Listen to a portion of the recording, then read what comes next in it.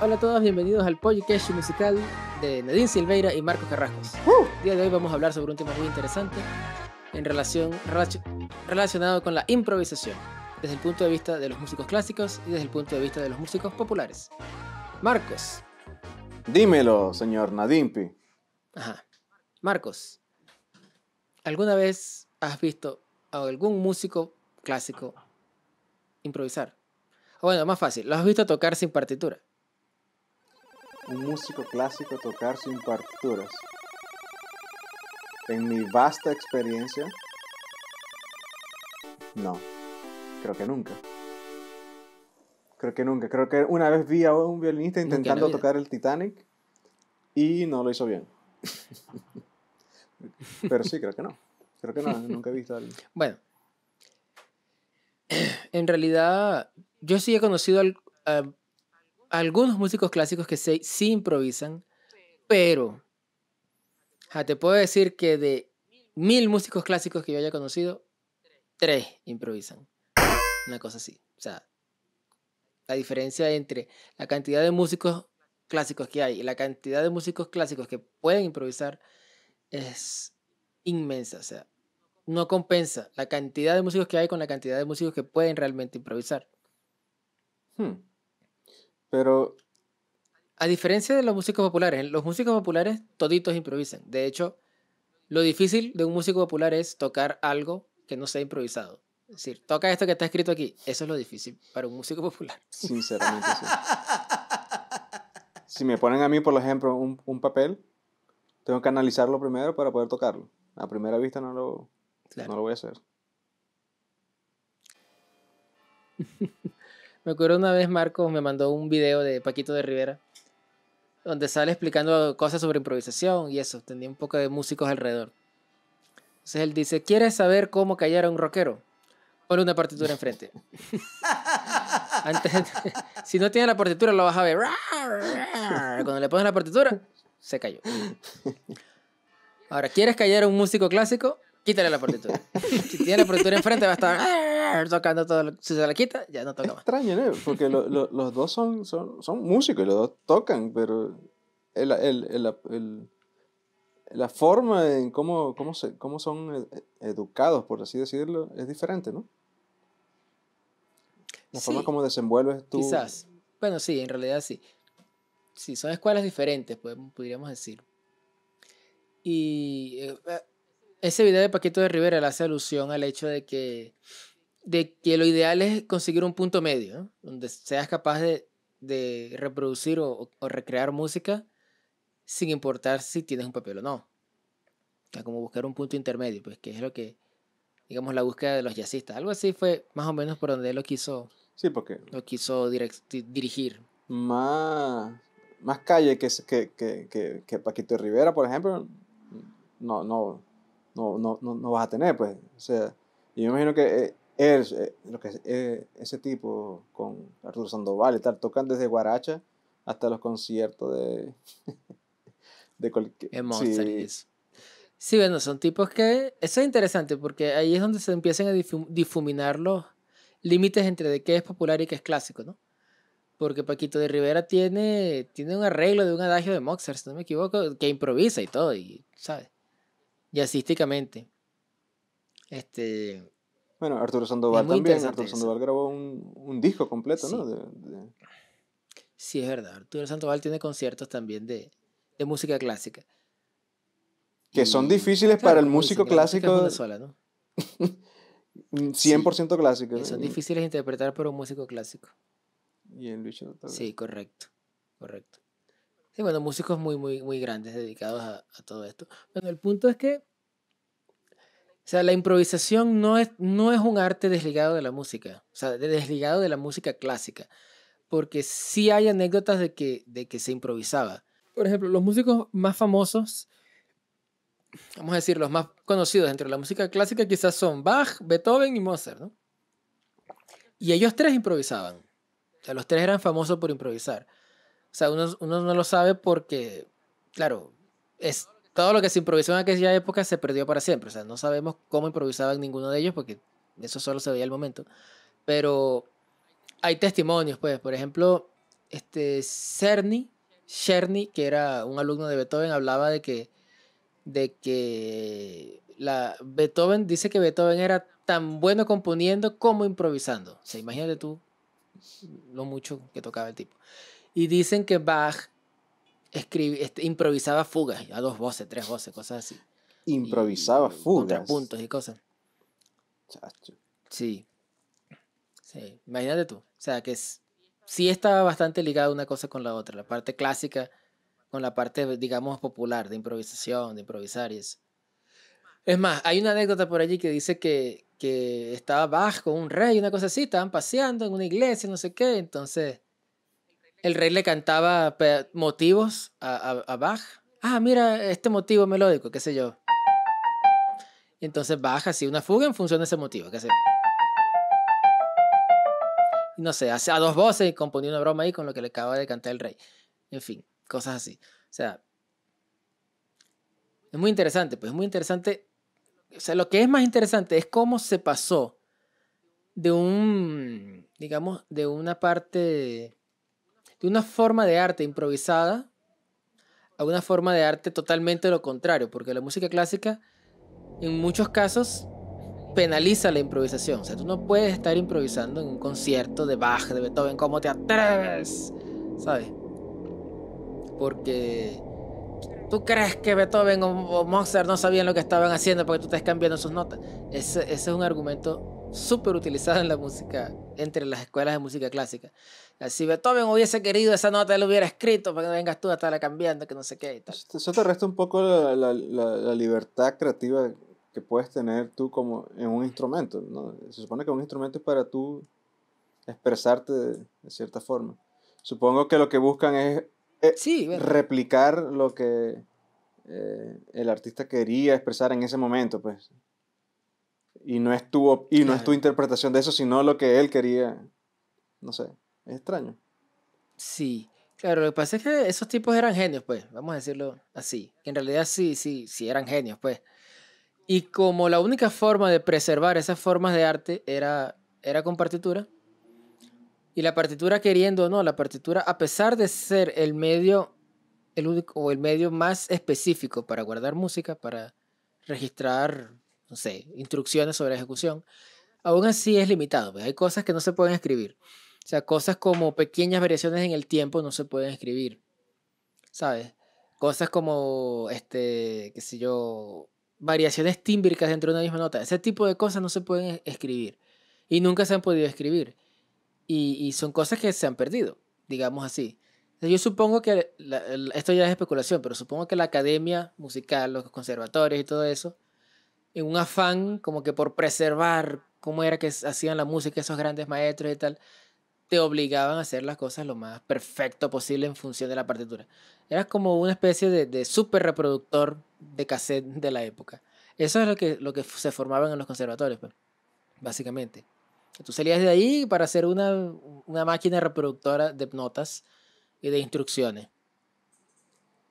Pero eso cuando yo voy a tocar algo, no una obra de Beethoven, pero cuando voy a tocar cualquier tema, un tema de jazz, un Ujú. tema de rock, de pop, de lo que sea, lo primero que yo me encuadro es en saber cuál es la tonalidad, por ejemplo. Y con la tonalidad Claro, ya voy buscándole cuestiones, voy buscándole que si arreglo, que si los acordes, las inversiones, lo que sea que voy a hacer. Pero es como que sin la tonalidad yo no sé cómo desenvolverme en un tema, pues. Y muchas veces claro. no sé, supongo que cuando tú tocas una obra de Mozart, de Beethoven, de Bach, tú piensas en eso. Aún viendo la partitura, se piensa en eso. En Claro los que movimientos que sí. estás haciendo, en esas cosas. Sí, deberías pensarlo, deberías pensarlo. Este, y lo que pasa es que en la música clásica, o sea, digamos que hay como que, o sea, el sistema está explorado de cierta forma, de una forma, digamos, un poquito más rígida de lo que está explorado en la música popular, ¿no? pero es como más enfocado en la melodía. No sé si se pudiera explicar de alguna forma. O sea, sí se trabaja en función de la tonalidad, pero o sea, hay modulaciones que están implícitas que tienes que sugerir con la melodía. O sea, es una especie de trabajo de melodía lineal, una cosa así, de armonía lineal, como lo llamaba Julio Sánchez. Y claro, muchas veces nosotros se nos hace muy difícil visualizarlo así, pero sí sé que hay dos músicos clásicos actuales que sí improvisan sobre temas clásicos, que son Gabriela Montero y, si no me equivoco, un tipo de apellido Grayson. Déjame confirmarlo. Porque, claro, Ya va, si tú ya no va, estás ya va, ya va. claro por ejemplo, en las Sí, tonalidades y eso, no puedes improvisar sobre un tema, ni queriendo. O sea, puedes, claro, puedes hacerlo, pero a ciegas, pues. sí. Sí, o sea, Gabriela Montero, Richard Grayson y Experto Gismonti, que es brasilero. O sea, ellos tres son buenos ejemplos de cómo la música académica se puede improvisar. O sea, cómo se dejan espacios para tú colocar debemos decir, tu propio aporte o tu propio enfoque a esa obra que se realizó, tu propio aporte. Pero es aceptado. Y eso no es nuevo, porque sí, ahorita es aceptado, hoy en día es aceptado. Quizás porque ya la partitura no es el único medio en que se puede almacenar información musical. O sea, ya hay grabaciones. O sea, con una grabación ya tú puedes saber exactamente cómo se interpretó algo. Y eso es relativamente nuevo en la historia del arte, o sea, en la historia de la música. Porque, ¿sabes? Las primeras grabaciones fueron de los años, no sé, 20, una cosa así. O sea, apenas hay 100 años de historia de grabación. Y, y, y desde que todo el mundo tiene acceso a esas grabaciones, es menos tiempo todavía, porque en los años 20 habían grabaciones, pero ¿dónde? ¿Qué sé yo? En Estados Unidos, en algunas ciudades de la capital, qué sé yo, o la radio. Quien tenía una radio tenía acceso a esas cosas.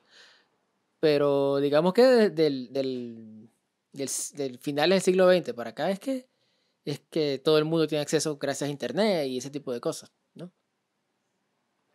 Digamos que se ha suavizado, digamos que la academia se ha ablandado en ese sentido. Bueno, algunas, porque todavía hay escuelas que son bastante rígidas en ese aspecto. ¿Tú te acuerdas cuando tú empezaste a improvisar? ¿Cómo empezó? Porque tú iniciaste como músico clásico en la orquesta. Y supongo que que tú vas creciendo con eso de que la obra tiene que tocarse así, así, así, así. Y no sé en qué momento tú habrás empezado a explorar improvisaciones o cosas así. Supongo que con la música popular, ¿no? Sí, exactamente. Sí, siempre con la música popular, porque la música clásica no te da espacio para tú improvisar. De hecho, no te da espacio casi ni para tú entender qué es lo que estás haciendo. O sea, desde el punto de vista armónico. O sea, en, en gran medida, y sobre todo cuando se está aprendiendo en la música clásica, es como quien canta inglés por fonética. Tú estás cantando el guachu guachu, pero en realidad no tienes ni idea de qué es lo que estás diciendo. O sea, es algo así. O sea, tú estás tocando y suena muy bien y todo el mundo te entiende, pero tú como intérprete no estás entendiendo las funciones armónicas que estás haciendo, qué tipo de movimientos armónicos, qué enlace estás haciendo. No estás entendiendo bien los desarrollos motívicos. O sea, hay muchos elementos que tú no exploras porque no necesitas explorarlo. O sea, o no necesitan enseñártelo para tú ser un buen reproductor. O sea, no sé si me explico. Y que en la música popular es todo lo contrario. Si tú quieres crear, que la música popular es 100% de creación, si tú quieres crear algo, tienes que saber cómo crearlo. Y para hacerlo tienes que entender las bases, ¿no? En que funciona el sistema. O sea, tienes que saber crear un acorde, que es lo más básico, una tríada. Tienes que entender un poquito de intervalos, ¿entiendes? Tienes que saber de tonalidades, en fin, todo ese tipo de cosas. Digamos que es por ahí que se comienza. Y en la música clásica es por allí donde se termina. O sea, tú estudias 2 años de armonía después de que estudiaste 4 años de solfeo, pero tú no tienes verdadera noción de cómo funciona todo lo que estás aprendiendo. Este, yo recuerdo haber tenido algunas conversaciones con un par de músicos de orquesta sobre armonía y es como que no sabe nada de armonía. No, ese concepto de formar un acorde mayor, un acorde menor, o los acordes de la tonalidad, o los grados. Es como que no. Por ejemplo, haz el acorde de do mayor séptima y no sabes cómo tú formar el acorde, las notas individuales. Pero como si tú lo pones en una partitura, tocan todo súper rápido, súper preciso, súper bonito. Pero es muy extraño eso. Es como que tú dices, como que estás tocando pero a ciegas. O sea, yo veo muy relacionado con mi Sí, experiencia que la parte de la armonía va muy relacionada a lo que tú tocas y no lo veo como algo separado. Pero en el caso de los músicos de orquesta con que he podido hablar sobre esto, es algo totalmente separado, que no te limita tener un sí, puesto en la Simón Bolívar, por ejemplo. claro, claro. Y lo que pasa es que también ellos no lo usan porque el oficio de ellos no se los exige.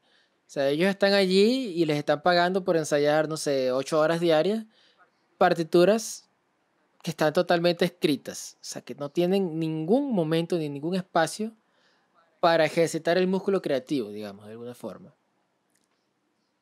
Y eso lo decía Kathleen Dupree. Kathleen Dupree decía que ellos terminan siendo, ella dijo trained monkeys, ella decía monos entrenados, claro, eso es bien feo, Sí, pero agresivo. ella, lo decía ella refiriéndose a ella misma, ¿no? Y ella era una chelista famosísima que le hicieron una película y todo, ex esposa de Daniel Barenboim, un argentino, que es pianista, por cierto, que le dio clase a Lan Lang, aquel chino que toca también. Bueno, el punto es ese, que poquísimos están conscientes de ese tipo de cosas, ¿no? De qué funciones se están utilizando. Y si lo saben más como por cultura, pero no porque tengan que usarlo, no es porque van a componer. Claro, a menos que quieran estudiar composición, ya ahí es otra cosa, ¿no? Ahí sí ya, generalmente quien estudia composición sí ya está bien, muchísimo más claro y ya se comienza a improvisar. Que básicamente la improvisación es composición, pero en el momento, ¿no? Improvisar también requiere tú tener cierto conocimiento y cierta inteligencia, no sé, a la hora Claro, de tienes que tener saber lo que estás dominio, pues haciendo. tienes que tener dominio del estilo en cuestión, claro. O sea, todo el mundo improvisa. O sea, todo músico popular improvisa, pero no todo el músico popular improvisa al mismo nivel, vamos a decirlo de alguna forma. Porque eso está relacionado con el vocabulario, así como la música es un lenguaje. Por ejemplo, en este momento nos estamos comunicando en español, pero todo lo que estamos diciendo está más o menos improvisado. Estamos organizando las ideas en función de lo que está surgiendo en el momento. Y en la música es más o menos igual también. O sea, tenemos un tema de conversación, digamos que ese tema de conversación es nuestra progresión armónica, ¿no? Y las ideas que estamos organizando en este momento, que están basadas en ese tema, es como la melodía que estamos construyendo en función de la armonía, ¿no? Es algo más o menos así. Y claro, depende de muchas cosas. Por ejemplo, el que toca música llanera, por ejemplo, o música popular, no sé, cualquier manifestación popular regional, qué sé yo, como el joropo, qué sé yo, el merengue o la salsa, todo ese tipo de... Toda esa gente improvisa, en mayor o menor medida, pero improvisan en función de sus estilos particulares, ¿no? Considerando los valores estéticos del estilo en sí. Por ejemplo, quien toca música llanera, no sé, los arpistas sobre todo eso es improvisado, y lo improvisan muy bien al momento, pero claro, no lo van a hacer con igual soltura en otros estilos. Así como no todo el mundo es igual de diestro en todos los temas de conversación. Exactamente igual. O sea, si nosotros vamos a hablar sobre medicina con un médico, obviamente vamos a quedarnos cortos en vocabulario. Y viceversa. Sí, ¿Tú recomendarías a un músico clásico que aprendiera a improvisar? sí, yo lo recomendaría. Primero porque no solamente o sea, facilita también la lectura, la Im- memoria, im- sobre todo. Porque no es lo mismo memorizar un montón de números aleatorios que memorizar secuencias. Una secuencia gigantesca de notas, por ejemplo, carecen de sentido si tú no tienes un contexto armónico sobre el cual colocarlas, ¿entiendes? Sí, claro, si tú recuerdas una progresión armónica, qué sé yo, de cinco acordes, por ejemplo, es mucho más fácil recordar qué es lo que está encima de eso, ¿no? Porque tiene que estar conectada una cosa con la otra, ¿no? Yo no me acuerdo cómo yo empecé a improvisar. Sí, sí, Yo recuerdo que nosotros cuando estábamos pequeños empezamos a componer y de cierta forma eso es un ejercicio de improvisación, pues, porque estás creando algo de la nada en función de algo, pues, de algún concepto. Entonces, vamos a hacer un bossa nova y esos bossa novas espantosos que nos salían a nosotros, ¿te acuerdas? La primera composición de la vida. Sí. Había otra que hicimos, ¿te acuerdas? Y por ahí se comienza, por ahí se comienza. Es más, yo me acuerdo que habían varias. Claro, todas decían grosería. Pero de verdad, ¿qué? Nosotros teníamos que 14, 15 años. Con esa canción. Sí, o menos, o menos. Pero ya estaba dentro de un contexto de una tonalidad, por lo menos. Ya. Sí, es más, eso fue justamente después de ver nuestra primera clase de armonía en un seminario que hubo en Ciudad Bolívar, en nuestra ciudad, en el conservatorio, que un sujeto habló de eso, habló de las funciones armónicas. Entonces, claro, si tú tienes una escala y ya sabes construir los acordes de esa escala, ya por allí empiezas a jugar con acordes, vamos a decirlo de alguna forma.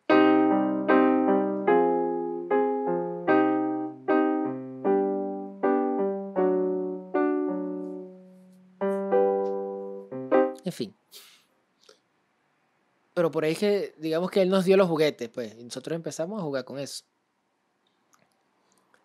Buenos tiempos, ¿hace qué? Hace 30 años más o menos. Cara, vacía. No, hace como 15 años o más. No, más de 15 años. Tiene que ser unos 14 años. No, unos 17 años más o menos. Quizás. Bueno, bueno, en general yo no considero que sea malo. O tampoco considero de que todos los músicos de orquesta tienen obligatoriamente que aprender de armonía y aprender a improvisar. Así creo que es un excelente complemento, pero no es obligatorio. O sea, no serás ni el primero ni el último músico clásico en nacer, crecer y morir sin saber nada de improvisación, porque no lo necesitas. Así como existen músicos populares que hacen carrera y crían a sus nietos sin leer dos negras una al lado de la otra, porque no lo han necesitado nunca y su oficio no se los ha exigido, pues. Claro, es recomendable que lo sepas por muchos motivos, pero no es que eres menos por no hacerlo. Bueno, sí eres menos por no hacerlo, pero no es que vas a pasar hambre por no saberlo, ¿entiendes? De las oportunidades que yo he tenido de tocar música popular en la calle, con grupos, cualquier cosa, nunca he usado partitura. O sea, solamente en los ensayos que hicimos con Producciones Vallés. Y Claro. esa es la única vez, pero en general no se usa a ese nivel. Sí. Supongo que en nivel más avanzado ya para poder tú grabar Sí. cosas. Lo que me parece interesante de todo esto, o bueno, sobre todo el momento actual, es que esos límites que separaban de la música popular y de la música clásica como que se han ido difuminando cada vez más. Y eso es interesante porque o sea, lo puedes ver en tipos como, no sé, Jacob Collier, que están componiendo Justamente iba a música decir popular, eso. entre comillas, pero con una concepción bastante académica. Pues, y Sí. ya, El que no lo conoce, Jacob Collier, puede buscarlo. Jacob Collier hace que hace que uno no quiera ser músico más nunca. Sí, sí, o sea, hay mucha música buena ahorita, sobre todo por esta cosa de la globalización, ¿no? Digamos que todo el mundo tiene más acceso a información, entonces cada vez más se van difuminando esos límites, pues. Y mucha gente dice que la música clásica es una cuestión elitesca, no sé qué, que es solo para las élites y tal. La gente no tiene la culpa de qué tiene acceso y sobre qué no tiene acceso. O sea, hay gente que sí ha tenido acceso a la música clásica y ha desarrollado esas habilidades y hay gente que no y no hay por qué diferenciar una cosa de la otra, y menos hoy en día. Porque el que quiera aprender a improvisar puede hacerlo solamente yendo a YouTube. Hay cualquier cantidad de videos de improvisación. Y si te sientes perdido en YouTube, hay cualquier cantidad de profesores de improvisación que te organizan el material como para que puedas aprender. O sea, lo que se necesita en este momento es querer. Y eso me parece súper bien. Es súper saludable para esta forma de arte, para la música en general. También se ve experimentos entre música clásica y rock, por así decirlo, y música clásica y jazz y Claro. todo mezclado. Hay muchas Sí. bandas de rock que están sacando temas, conciertos enteros con orquesta. Pues. Y Cierto. aunque supongo, yo no sé si a ese nivel ellos estarán improvisando alguna cosa o el director ya tiene todos los arreglos hechos. Pero supongo que algo de improvisación debe haber. Sí, en gran parte hay, digamos que con pequeñas convenciones, ¿no? O sea, por ejemplo, en la música clásica había momentos que eran cadencias, por ejemplo. Lo que llaman una cadenza no es la cadencia armónica, sino una cadencia melódica. Una cadencia melódica es un momento de improvisación dentro de la obra. Y eso está definido. O sea, la cantidad de compases sobre los que vas a improvisar y todo ese tipo de cosas ya están predefinidos. Claro, nadie las improvisa. Generalmente todo el mundo las lee porque la cadencia la escribe el compositor. Sin embargo, no es obligatorio hacer lo que está escrito. Tú puedes improvisar. Pero como nadie en el mundo clásico puede improvisar, entonces todo el mundo lee las cadencias. Bueno, Sí, probablemente esos conciertos de rock tengan ese tipo de espacios también, como para abiertos, pues, momentos en los que se puede improvisar. y bueno, que yo recuerde, yo no he tocado nunca nada clásico. No tengo esa experiencia. Bueno, lo más clásico que he tocado es Antonio Lauro. Algunas piezas de Antonio Lauro. Bueno, claro. Más nada. Para guitarra, pues. La experiencia clásica es súper interesante porque es, digamos, otra forma de hacer música, ¿no? Porque el colectivo te lo permite, güey. ¿Cómo tú organizas 60 músicos para que toquen la misma cosa? O sea, es una experiencia diferente y yo la recomiendo a todo el mundo, a todo el que se considere músico, o sea, que le interese ir más allá. Le recomiendo hacer algún tipo de experimento con música clásica o por lo menos ver los ensayos asistir a un ensayo de músicos clásicos, porque es otra visión, es otro concepto y es muy interesante. Igual para quien es músico clásico, les recomiendo que vayan a un pequeño ensamble de música popular y vean cómo son las dinámicas de los ensayos para que vean lo diferente que es una cosa de la otra, ¿no? Bueno, parece suficiente Bueno, información. si quieren más información sobre este tema, tenemos una publicación en nuestro blog que pueden encontrar el link aquí abajo. No se les olvide seguirnos en Instagram, Nadine Silveira, @Nadine Silveira. Y nos vemos en una próxima edición. Até Y já. chao, Marcos. Até já e boa tarde.